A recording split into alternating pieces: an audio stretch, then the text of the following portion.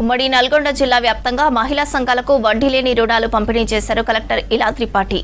మూడో విడత కార్యక్రమంలో భాగంగా నల్గొండ జిల్లాలో 66.78 కోట్లను 22,997 గ్రూపులకు ఇచ్చారు. వడ్డీ లేని రుణాల్లో భాగంగా ఇప్పటి వరకు నల్గొండ సెగ్మెంట్లో 2 విడతల్లో 2,280 స్వయం సహాయక సంఘాలకు ఇచ్చామన్నారు కలెక్టర్. ప్రభుత్వం ఇస్తున్న రుణాలను మహిళా సంఘాలు సద్వినియోగం చేసుకోవాలని సూచించారు. మహిళా సంస్థలు వ్యాపార రంగంలోనూ సత్తా చాటాలన్నారు.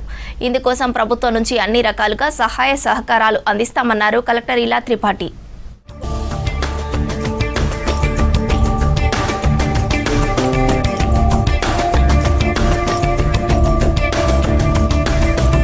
నల్గొండ జిల్లాలో వడ్డీ లేని రుణాలు పథకం కింద దాదాపు 26,38,00,000 మన రాశిని ఈరోజు విడుదల చేయడం జరిగింది. మన 33 మండలాలకి ఆల్మోస్ట్ 30 లక్షల చొప్పున ప్రతి మహిళా సంఘాలకి ఈరోజు అమౌంట్ విడుదల చేయడం జరిగింది.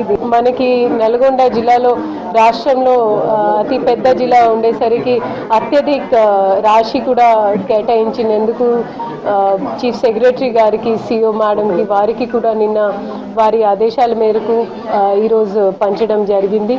అదేవిధంగా మేము ఈరోజు మిర్యాలగూడ నియోజకవర్గంలో కొంచెం సుదీర్ఘ పర్యటిస్తూ అక్కడ ఇంద్రమ్మ ఇల్లు, కొన్ని పోడిరెడ్డిగూడెం, గుటూరు అలాంటివి మారుమూల ప్రాంతంలో ఈరోజు ఇంద్రమ్మ ఇల్లు కూడా గృహప్రవేశం చేయడం జరిగింది.